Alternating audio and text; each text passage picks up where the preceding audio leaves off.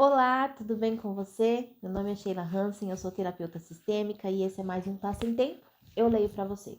Nós estamos lendo aqui o livro da Viola Davis, Em Busca de Mim. Estamos aqui no capítulo, deixa eu ver, capítulo 8, Vergonha Silenciosa e Secreta, página 85. Se você gosta de leitura, então aqui é o lugar certo para você. Esse livro a gente já começou a ler, tem outros vídeos no canal, depois você pode ir lá assistir. Se você não tá afim, fica nesse aqui que com certeza você vai aprender muita coisa na leitura comentada que eu estou fazendo desse livro. Curte já o vídeo, já compartilha, porque ajuda bastante, tá bom? Vamos lá. Capítulo 8. Vergonha silenciosa e secreta. A invisibilidade do combo formado pela negritude e pela pobreza é algo brutal. A escola era nossa salvação. Lidávamos com tudo, nos destacando academicamente. Amávamos aprender e não queríamos acabar na mesma situação que os nossos pais, sem saber como conseguiríamos a próxima refeição. A escola também era o nosso paraíso. Ficávamos até tarde participando de atividades esportivas, musicais, teatrais e de reforço. Minhas irmãs e eu nos tornamos pessoas que superavam as expectativas, mesmo em áreas que não nos interessavam. Dolores e Diane chegaram à Sociedade de Honra de Rhode Island e à Sociedade de Honra Nacional. Elas abriram um caminho para mim. Mas, na escola, eu estava sempre com sono, com fome e com vergonha. Chegava às 8 da manhã e às 8h30 já estava pegando no sono. Por muitos motivos, tive problemas para dormir à noite. Nunca dormia a noite toda. No máximo, dormia por curtos intervalos. Já cansada, porque era no meio da madrugada que muitas das brigas dos meus pais aconteciam. Duas coisas me chamaram a atenção nesse trecho. O primeiro, sobre como que ela fala que as irmãs mais velhas abriram caminho para ela e o quanto que essa percepção é muito sistêmica quando nós percebemos que as pessoas que vieram antes de nós abrem realmente caminhos e nós precisamos aproveitar estes caminhos, né? E ir mais longe. E uma outra questão aqui, o quanto que ela tinha dificuldades, né, de se permanecer ativa, esperta, né, atenta às aulas. Por quê? Por causa de algo que estava acontecendo lá na sua casa, na sua família. Muitas crianças hoje, elas estão recebendo diagnósticos errados, indo mal e recebendo notas ruins na escola e recebendo diagnósticos mesmo de TDAH, dislexia, hiperatividade, quando na verdade nada mais é do que uma questão emocional por causa de alguma dinâmica vivida em casa. Prestem muita atenção a isso, viu? Antes de sair entupindo as crianças de remédios. Falando em entupindo as crianças de remédio, meu nariz está entupido, talvez a minha voz esteja fanha. Só um adendo aqui. Presta atenção que dá para você entender. Vamos lá. Tinha sorte se conseguisse dormir 2 horas direito. Éramos acordados por um grito, um berro. A única bênção era a briga não durar muito. Mas às vezes os conflitos persistiam a noite inteira ou noites seguidas por dias. Se durasse a noite toda, não dormíamos. Imagine seu pai espancando sua mãe com um pedaço de madeira, batendo com força nas costas dela, os pedidos de ajuda, os gritos de raiva e fúria. Aquele trauma me mantinha acordada à noite e me fazia adormecer durante as aulas. Além disso, fiz xixi na cama até os 14 anos. Geralmente ia para a escola com aquele cheiro. Não ter água quente em casa certamente não ajudava. Experimente tomar banho com água gelada e excepcionalmente com algum sabão no auge do inverno. Tínhamos que escolher entre comprar sabão para as roupas, sabonete ou detergente. Muitas vezes, substituíamos um pelo outro de acordo com as nossas necessidades. Arrastar as trouxas de roupa suja por 2 ou 3 quilômetros em temperaturas congelantes com gelo e neve não era fácil. E ter o dinheiro para a lavanderia era um luxo. Então, geralmente, na noite anterior, lavávamos nossas roupas à mão com água fria e sabão e as pendurávamos para secar. Pendurávamos roupas molhadas sobre portas e cadeiras porque varal estaria exposto à neve, chuva ou ar frio congelante, que petrificaria nossas roupas. No dia seguinte, elas raramente estavam secas, mas não tínhamos escolha. Vestíamos as roupas ainda molhadas e elas secavam durante o dia. Eu fedia a urina. Minha irmã Delores e eu frequentávamos a Colden Street School, não sei se é assim que fala, quando eu estava no 4º ano e ela no 5º. Delores amava a escola. Ela era a aluna que ia para casa animada se tivesse uma prova nos próximos dias.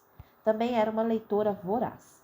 Antes de entrar no 6º ano, já estava lendo livros como O Morro dos Ventos Uivantes. Ah, eu amo! E as obras de Agatha Christie, tenho coleção aqui em casa. E, diferentemente de mim, nunca se metia em confusão na escola. Afinal, era muito respeitada com os professores. Um dia, Delores chegou em casa animada com uma prova de ciências. Por uma semana só falou nisso. Naquela época, ela queria ser arqueóloga. No dia da grande prova, algo diferente estava acontecendo comigo na aula. Minha professora, que eu amava, estava me encarando. Quando eu chegava perto dela para fazer alguma pergunta, ela se afastava. Então a vi conversando com o professor da sala ao lado. Apenas uma porta separava as salas e eles conversavam na soleira. Naquele dia, eles sussurravam e olhavam para mim. Como é difícil você perceber que existe alguém falando de você e não falando com você, né? Perceber uma pessoa que já está sofrendo aí com muitas questões com bullying, com exclusão, e aí de repente ela vê adultos falando sobre ela e não com ela sobre determinado assunto. O que isso não faz na cabeça de uma pessoa, né? Não só das crianças, mas da gente também. Por fim, quando nos sentamos em círculo para ler, corri para me sentar ao lado da professora. E ela se afastou com uma expressão incomodada. Gesticulou para mim e sussurrou no meu ouvido. Precisa dizer à sua mãe para pegar água e sabão e dar um banho em você. Seu cheiro está horrível. Ela então me enxotou como se eu tivesse acabado de vomitar em cima dela. Fiquei sem reação. Alguns minutos depois, fui chamada na enfermaria. Quando entrei, vi Delores. A enfermeira ainda não tinha chegado. Delores estava sentada diante da mesa em choque. Obviamente tinha sido chamada pelo mesmo motivo. Delores, ai meu Deus, você acredita? Sussurrei. Mas não cheguei a terminar a frase porque ela me mandou calar a boca e abaixou a cabeça de novo. A enfermeira veio e nos deu um sermão sobre as reclamações dos professores a respeito da nossa higiene. Ela perguntou como tomávamos banho. Não respondemos. Tínhamos experiência na arte de guardar segredos e nunca contávamos a ninguém o que passava em nossa casa. Nunca. Ai, gente, é muito difícil. A criança que aprende a guardar segredo sofre traumas. A vida toda. Só digo isso pra vocês. A criança que aprende a guardar segredo sofre traumas uma vida toda. E olha que às vezes são os pais que ensinam os filhos a guardar segredos, né? Infelizmente. Ela então falou para nunca usarmos a mesma roupa íntima 2 vezes seguidas. Nos ensinou o jeito certo de tomar banho, como usar o sabão e quais áreas precisávamos lavar primeiro. Depois, fomos para casa. Muitas décadas mais tarde, mencionei esse dia para Delores e ela me contou suas lembranças. Disse que tinha feito a prova de ciências e tirado 10. Estava muito animada e levou a prova de volta para a mesa. Ela vinha sofrendo bullying de uma garota implacável chamada Maxine. Maxine olhou para a prova da minha irmã, foi até a professora e disse: Professora, a Delores colou. Sem hesitar, a professora chamou Delores à mesa, pegou a prova e colocou um grande 0 vermelho. Delores ficou arrasada, mas disse que essa professora não gostava dela por sempre tirar 10. Foi a mesma que me disse anos depois, no 2º ano, que durante o período de escravização, pessoas negras não sabiam ler nem escrever. Eu disse a Delores que sentia muito pelo que acontecera e por não termos ajudado. Ela respondeu: Tudo bem, Viola. Foi naquele dia em que decidi ser professora. Aquilo me arrastou de tal forma que não queria que outra criança passasse pelo que passei. Olha só que interessante, né? Eu sempre falo para as minhas alunas, para as minhas clientes, que muitas vezes a nossa profissão, ela vem das nossas maiores dores. Nós desenvolvemos habilidades diante das nossas maiores dores. Muitas vezes nós nos tornamos algo ou alguém na nossa profissão para poder consertar algo no passado. E aí a gente está vendo aqui que foi exatamente o que ela imaginou, né? Eu vou ser professora para nunca mais nenhuma criança passar por isso que eu passei. É uma reflexão que você pode fazer aí, naquilo que você escolheu para fazer na sua vida, a sua profissão, a maneira como você serve os outros. O quanto que você faz isso para reparar algo que aconteceu lá atrás. O que eu mais vejo são pessoas que estão usando o seu servir para cuidar de outros, porque de alguma forma não teve cuidados lá na infância. Sempre precisou cuidar. E aí vai para a vida adulta nesse mesmo modus operandi, cuidando de todo mundo. Mas vamos lá, continuar aqui. Dolores é uma professora brilhante há 35 anos. É engraçado que, mesmo com as reclamações sobre higiene, ninguém nunca nos perguntou sobre o nosso ambiente em casa. Ninguém perguntou se estávamos bem ou se havia algo errado. Ninguém falava com a gente. Havia uma falta de interesse intencional em nós, garotinhas negras. Algumas pessoas soltavam o que chamavam de afirmações edificantes. Trabalhe duro, vá para a escola e tire boas notas. Seja incrível, comporte-se e fique longe de confusão. Havia uma expectativa de perfeccionismo, mas sem considerar nosso bem-estar emocional. O que isso provocou em mim foi confusão. Como alcanço o topo da montanha se não tenho os equipamentos para chegar lá? As crianças são constantemente pressionadas para incentivar seu desempenho e quando se é uma criança pobre, vítima de traumas, ninguém dá a você as ferramentas para sair melhor, para construir sua vida. Ai, gente, teve uma frase aqui que mexeu comigo, viu? Havia uma expectativa de perfeccionismo, mas sem considerar o nosso bem-estar emocional. Recentemente eu fiz um post lá no meu Instagram e lá eu falei um pouquinho, né, sobre o quanto que muitos pais, muitas vezes, cobram perfeccionismo dos filhos sem perceber o quanto que aquilo ali está fazendo mal para ele, né, emocionalmente, né.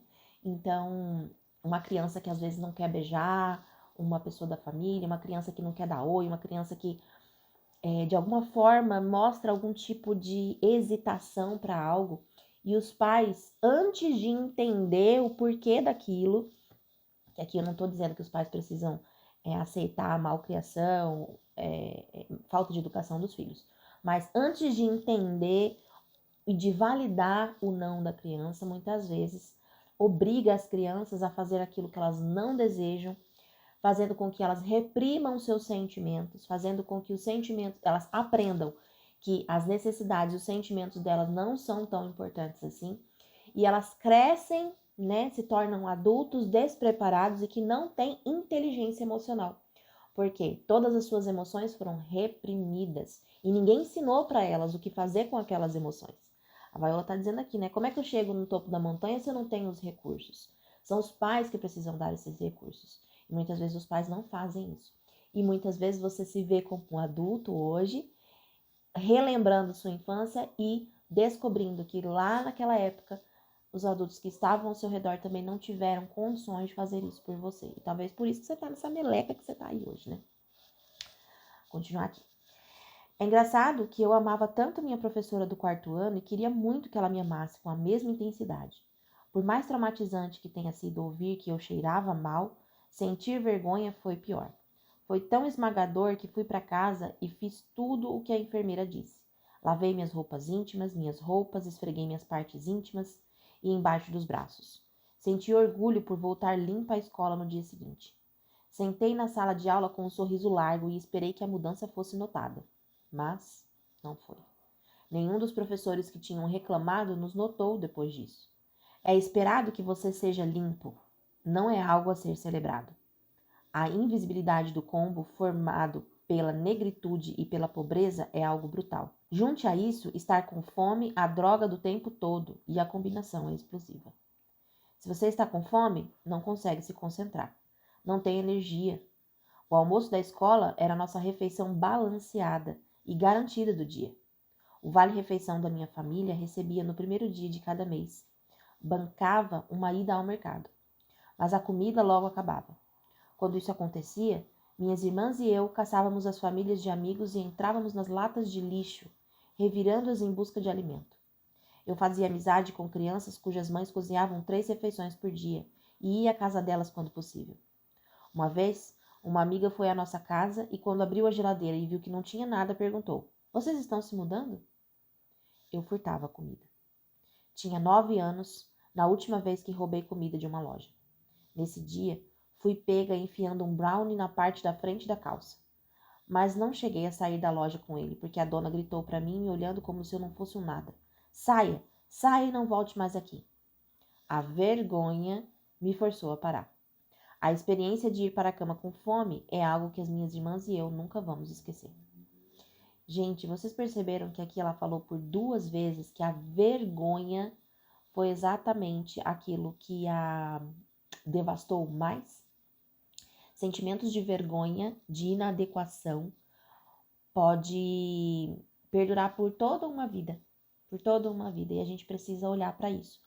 Quais foram os momentos lá da sua infância que você passou vergonha e que você foi se fechando, muitas vezes, a ponto de você dizer que você é uma pessoa tímida hoje, né? O que está por trás disso? Que vergonha foi essa que você passou para você se sentir tão inadequado a hoje, para você se sentir tão incapaz hoje? É importante se perguntar. Eu fazia besteira o tempo todo. Escondia meus sentimentos, minha raiva ou dor. Ou perdia a cabeça e entrava em brigas. Ia para a detenção todo dia. Respondia aos professores. Uma vez empurrei uma professora. Eu queria atenção. Não sabia que a agitação que sentia dentro de mim era, na verdade, uma imensa ansiedade. Sentia que não me encaixava. Era um tornado de complexidade e emoções. E aí vai uma dica para os pais novamente, né? Crianças que fazem besteira o tempo todo, que são consideradas como rebeldes, muitas vezes querem atenção. Como ela disse aqui, muitas vezes as crianças elas se sentem invisíveis, né? A invisibilidade é um sentimento muito ruim. Então, já que não me veem porque eu sou uma garotinha muito boazinha, então eu vou começar a ser rebelde, porque assim eu vou ser notada. Isso acontece muito. Então, antes de pensar, meu filho é terrível, meu filho não presta, meu filho, o que eu fiz de errado, né? Dê uma atenção para isso. A verdadeira eu estava presa lá dentro, como um demônio dentro de Regan, em O Exorcista. Quando Regan está amarrada à cama e fica se debatendo com o corpo tomado de chagas por conta daquele demônio poderoso, a secretária da mãe entra correndo no quarto e nitidamente as palavras "me ajude" se formam na barriga dela. A doce, gentil, autêntica e precoce Regan, acho que é assim que fala o nome dela, lutando por liberdade, ainda está viva. Bem, era assim que eu me sentia, presa e possuída por forças externas bem mais poderosas que eu. Ninguém queria beber água no Bubbler depois de mim. Bubbler ou Bubbler era o termo em Rhode Island para se referir a bebedouro. Meus colegas de classe sempre esperavam o momento em que a professora não estivesse olhando e sussurravam: Eca, eu não vou beber depois dessa preta. Você é suja. Isso me irritava e eu me fechava. Um dia tentei rasgar o lindo vestido amarelo de Maria, uma garota portuguesa que usava a palavra crioula com impunidade. A professora me repreendeu. Tentei explicar, mas ela disse que não havia explicação aceitável. Eu amava essa professora, a quem certa vez me ofereci para limpar o quadro depois da aula. Ela era jovem e bonita. Senti que gostava de mim. Isso, infelizmente, era uma ilusão que eu havia criado para sobreviver. Naquele dia, assistimos a um filme sobre a história norte-americana do projetor de slides. Havia uma cena sobre escravização com fotos de pessoas negras em senzalas no sul do país. Todos riram quando as fotos apareceram e a narração disse: pessoas negras ou escravizadas eram iletradas naquela época. Isso significava que não sabiam ler nem escrever. As crianças riram e sussurraram: vocês pretos não sabem fazer nada. Fiquei depois da aula para fazer uma pergunta à professora. Apesar de ser baderneira, apesar de tê-la empurrada uma vez por acidente, por mais aterrorizada que eu estivesse enquanto esperava que todos fossem embora em silêncio, limpei todo o quadro. Ela me agradeceu e quando eu estava indo embora, reuni coragem para perguntar. Professora, não é verdade, né? Isso que as pessoas negras não sabiam ler nem escrever, elas sabiam, né? Ela balançou a cabeça tristemente e respondeu: Não, sinto muito, querida. Elas não sabiam. Fui embora de cabeça baixa. Ela nunca explicou para mim ou para a classe que, durante a escravização, era ilegal ensinar os escravizados a ler e escrever. Era uma forma de mantê-los subjugados. Eu procurava por algo ou alguém para me definir, para despertar em mim amor próprio e aceitação, para me mostrar como viver, para me mostrar que não havia algo errado comigo.